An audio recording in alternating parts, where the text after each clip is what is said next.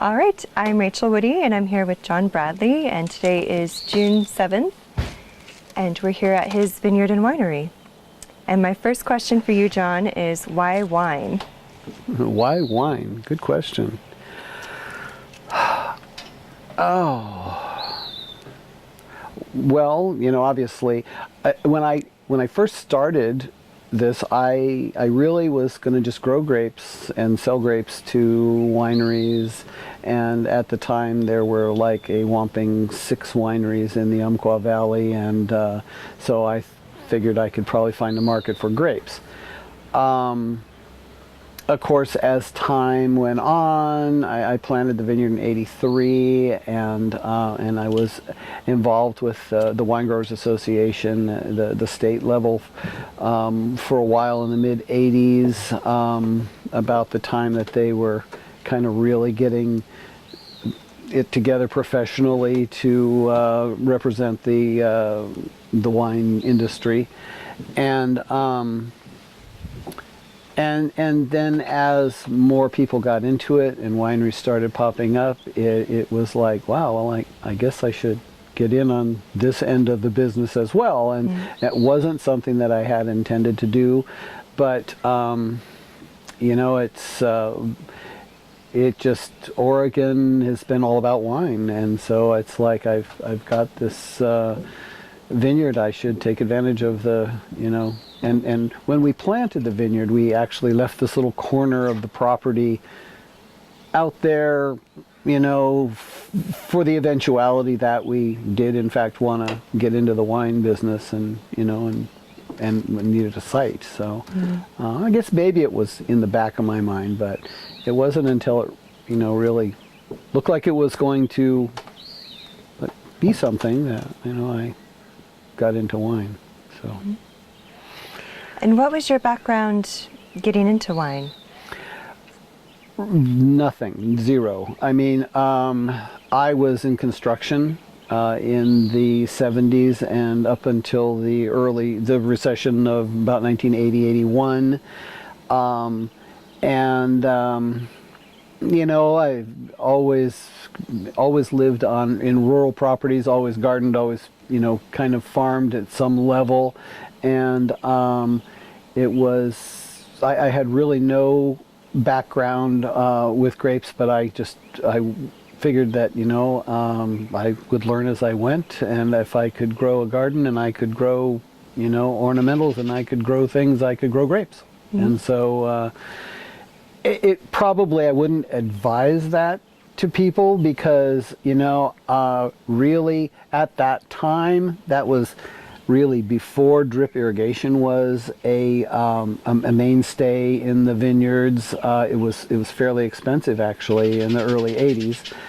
Grow tubes, nobody even thought of those yet. At that time, you were told that you could have grapes in 5 years. I managed to drag it out a couple more years just from lack of knowledge and inexperience. I did things wrong. It cost me some time. Now, a few years back, I planted a new block in 2000, and I put drip irrigation in it, and I had grow tubes, and we had grapes in probably 4 years or 3 years. I mean, but by that time, I kind of had a better handle on what I was doing, But I had nothing going in, and I don't know at what point in time you all of a sudden go, well, I guess I kind of know what I'm doing now. I guess I guess I got a handle on this, because that's just, that's that learning curve, So I would suggest people research a little more carefully than I did before jumping into a vineyard, but it's worked out. But it's worked out. It's worked out, yeah. And it was a good lifestyle choice for me at the time. I wasn't working. The economy was horrible. Our family was young. I could kind of be home. My wife was working, and so I could get the kids out the door in the morning for school. I could be around when the bus came home in the afternoon. We avoided that whole daycare thing and all of that kind of thing that everybody needs to do, or forced to do. So it was a good choice for us to develop this vineyard and move in that direction at the time in our lives. Worked out for everybody. And for this area specifically, were you familiar with Elkton, or how did you arrive here? Well, I moved here in 1970, so I'd been in Elkton for 10, almost 11 years when we really got serious about doing the vineyard. And there was a vineyard that had been planted in Elkton in 72, and I knew the owner, and I would help him at harvest and help him at different times of the year. And so I listening to Ken, of course, he'd done a lot of research as to the microclimate and our latitudes with Europe and so forth, and had, proclaimed Elkton to be the best place in Oregon to grow grapes. You listen to what you want to hear. I don't know that that's necessarily the case, but it is an ideal little microclimate for grape growing. And so when we were kind of career changing there, penciling out the different potential, Christmas trees, grapes, sheep, different things that were possible. Grapes kept coming back to grapes, so that was sort of how I made that decision. I could do more with less land. Christmas trees was going to take twice as much property, and anyway, we just narrowed in on grapes, and like I said, it was fledgling at the time. Really, 83, I was certainly not groundbreaking kind of thing, but still, they're old vine by most Oregon standards. That's 30 years. This is our 30th leaf this year, and we're sort of making a little bit of celebratory note of that, So. Who were some of the people already established in the Umpqua region that you'd worked with? Well, of course, Scott Henry, Richard Sommers, and Bonnie and Philippe Giardet had planted. John Marker had a vineyard which is now, became La Garza, became Spangler. McCorkindale's down the South Umpqua, a little further down. He had he still has a vineyard down there. Dick Gates had a little vineyard out near Hillcrest. And there was another guy in the Melrose area with a vineyard. I can't think of his name. It was kind of a tight-knit little community. Danino's had a vineyard in Garden Valley, and the original sort of little wine growers, the Umpqua Valley Wine Growers Association, was pretty much Henry's, Giardet, Hillcrest, Danino. I was a grower involved. Ken Thomason and Bob Bingham, who planted the first vineyard in Elkton, they were members. But it was quite small, and Paul and Mary, they had a vineyard out near Giardet's, just up the road from Giardet's. And that might be pretty close to everybody that I can remember. Yeah, I think that covers all the names we had on our list. Yeah. And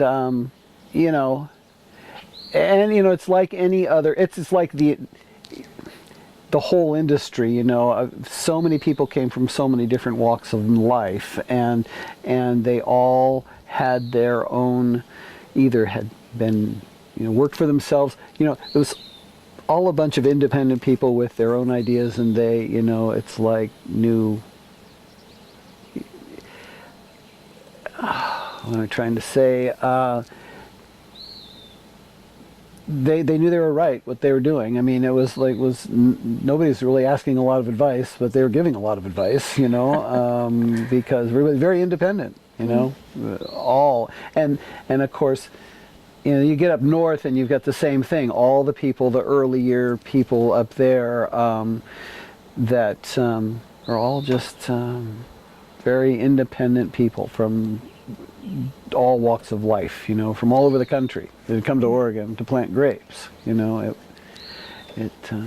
it's that whole romance thing, that you hear all the time. And when you're out there at, 5:30 in the morning spraying grapes, trying to keep powdery mildew at bay, and you're going, yeah, this is pretty romantic, Yeah. But anyway, it's a lot of work. And you can't emphasize that enough to people that are saying, "Oh, I think I'll plant a vineyard." Yeah, well, it is a lot of work. Yeah, so. Speaking to the Oregon Wine Growers Association and what you guys got going on down here, can you speak to your involvement in it and where you've seen it grow? Well, yeah. Again, early on, and that was kind of, my whole point was, of course, you're looking towards marketing grapes, and so you want to meet and know as many people as you can in the industry and across the board. So you jump in and you get, involved, and I did a number of years pretty involved with the Umpqua Valley Wine Growers Association, and a few years on the state board when, the state board, that was before they had their offices at whatever Nadio Parkway place up in Portland, and there was a guy, Bill, oh golly, funny little guy. He was hooked up with Richard Sommers, it was his connection, and he was kind of the first little director of the wine growers. Blosser or Nelson? Bill Nelson, Yes. I think. He lived in Eugene. Yeah, he sort of hung around the Umpqua region. Yeah, he was a friend of Richard's, and he hung out down here, and he was pretty closely knit to the Umpqua area, and he was a funny little guy. I think he ended up moving to DC or something as for the national wine something to work that as at some level, but and so we kind of in those years kind of initiated or the barrel tour that we still do, in the Umpqua, which has grown out of control. It's, but then it was like there were 6 wineries, so you had 6 buses and you went around all the wineries, and it was, it was easy. But now it's like it's just hard. It's unworkable. And at the time that I was on the wine growers, it was like I was president of the Umpqua Valley one for a number of years, because in those days, if anybody said they'd be president, they got the job for life until you died or gave it up. I mean, It was, and but in those days it was like,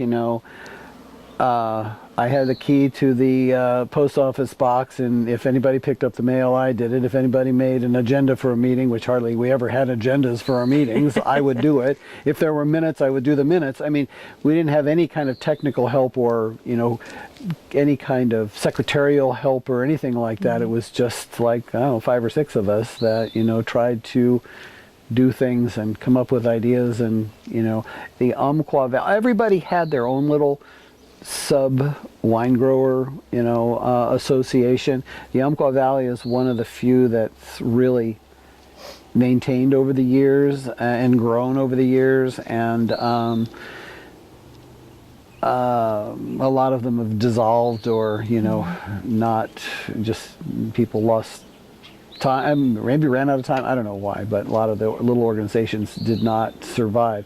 Now, Southern Oregon, further down south, now, of course, that's really grown in the last few years. They've got a lot of little wine grower groups going on down there that are pretty active and pretty much based around marketing, which I guess most of them are. But I have of late not been really involved.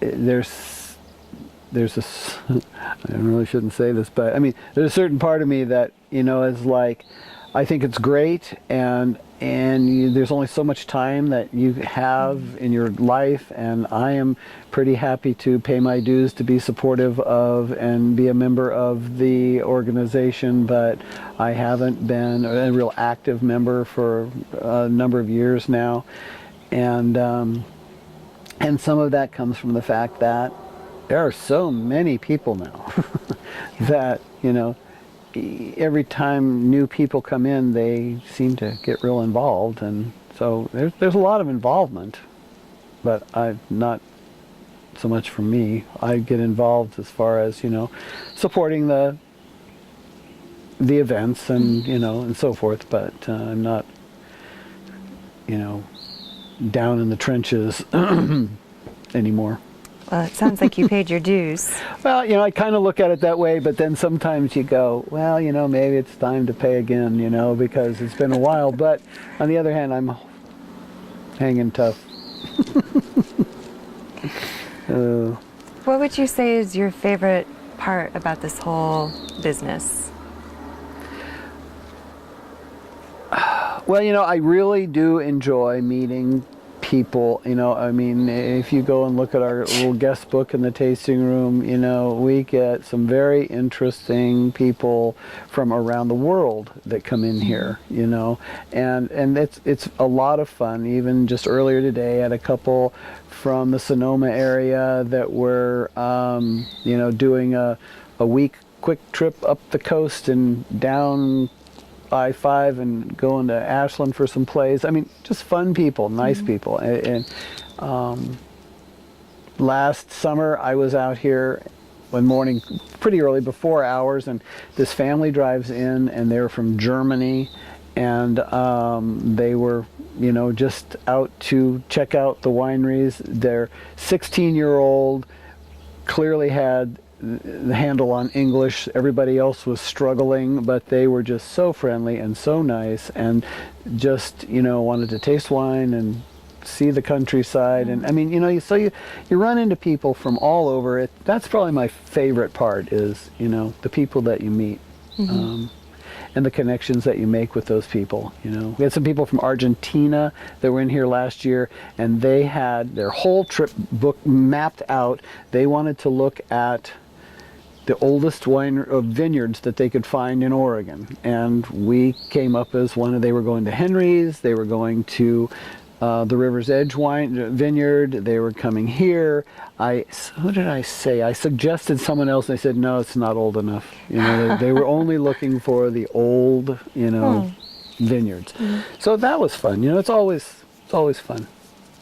And we got your customers, like this Russian guy and his wife who live in Coos Bay. He's a doctor, or he was in his career, and they, I don't know, they're Russian Orthodox or something. Anyway, they go to church somewhere up the valley, and they come through here like at least once a month, and they'll stop and buy their little bottle of wine and go on, and they're fun people, So it's kind of, that's what's really enjoyable about it.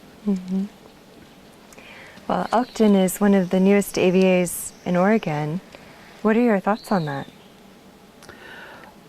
Well, I'm pretty excited about it.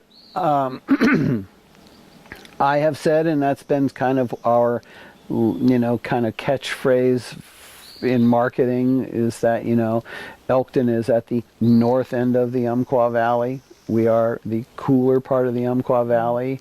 We are kind of, unique to ourselves because we have this little coastal influence, this little gorge that runs out to the coast. I think that it's great that we get some recognition for that.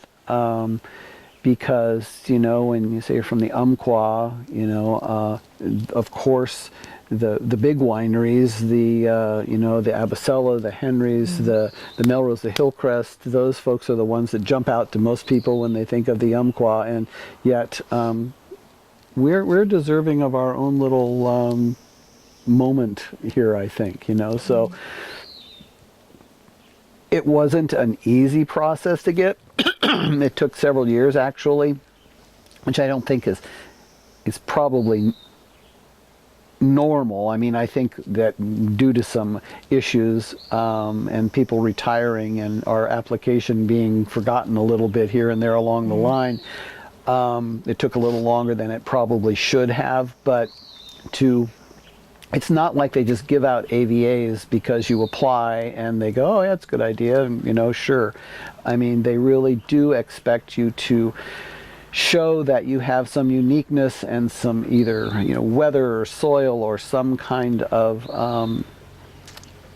uniqueness that is warrants it being an AVA, and consequently, I think it's great, and I think, you know, it's deserving of Elkton, and I think we can monopolize on it to a degree, and, you know, tout it, and, you know, be proud of the fact that Elkton is, in fact, the newest AVA in the state, and we're having fun with it. So, and I'm amazed at how many people actually, you know, that was one of the things when we first talked about applying for that was, you know, it's like, well, is it going to really make any difference? And is anybody going to know, or, you know, and as it turns out, a surprising number of people will either mention it when they come into the tasting room, or if you mention it, they'll be aware of the fact that, you know, and it's like, whoa, that's pretty cool. So it's been good so far. So far, so good. Good. Well, since your involvement in the industry, how have you seen it evolve, and where do you think it's going to go? You know, again, another, I mean, that's the $64,000 question.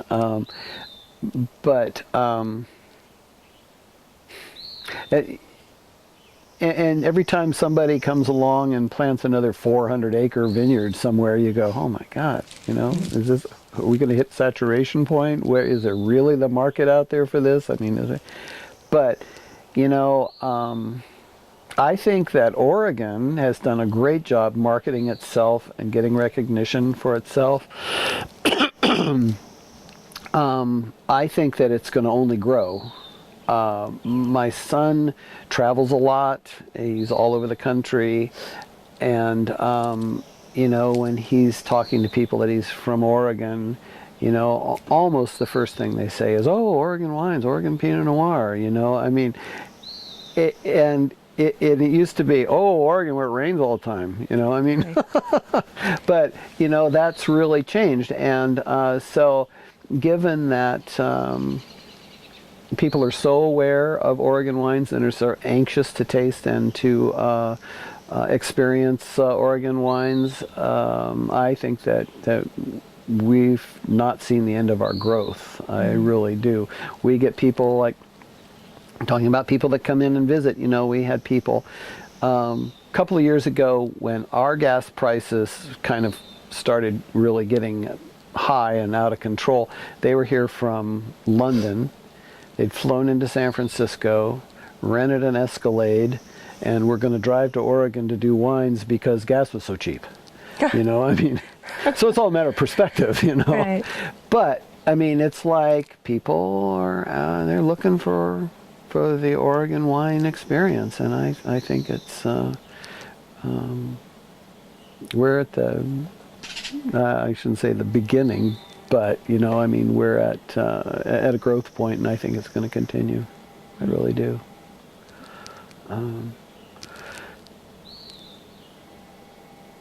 And you know, and we're quite small. And I think that's another thing about the Oregon wine industry that people really like, is they like to be able to go out and find some small places that are unique, that they can't go into your local, Safeway, Albertsons, Fred Meyer, and find on the shelf. They like finding the little places and taking home a bottle of wine that none of their friends have seen or heard of before. So I think Oregon has that going for it too. Well, is there anything that I haven't asked you that I probably should have? Yeah. Or any parting thoughts on your end? Well, parting thoughts, I think it's great that some history is being recorded and documented, and because it's grown so fast that people have really kind of forgotten about where it started and how it got here, and now at a time when I first planted the vineyard, I knew so many people in the industry, and now I don't know hardly any of them, so it's even in the Umpqua there were 6 wineries when I planted, and now there's probably 30. I don't even know. I've lost track, and endless vineyards. There's probably 30 wineries and half again as many vineyards.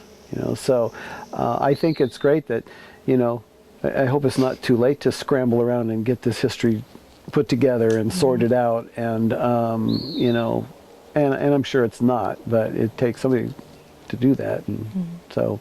Thank you. It's a good job. Oh, you're welcome. And thank you so much for taking the time and having us record you and sharing that piece of history with us. Oh, you're welcome. I hope something you can use. Yes, definitely. Oh.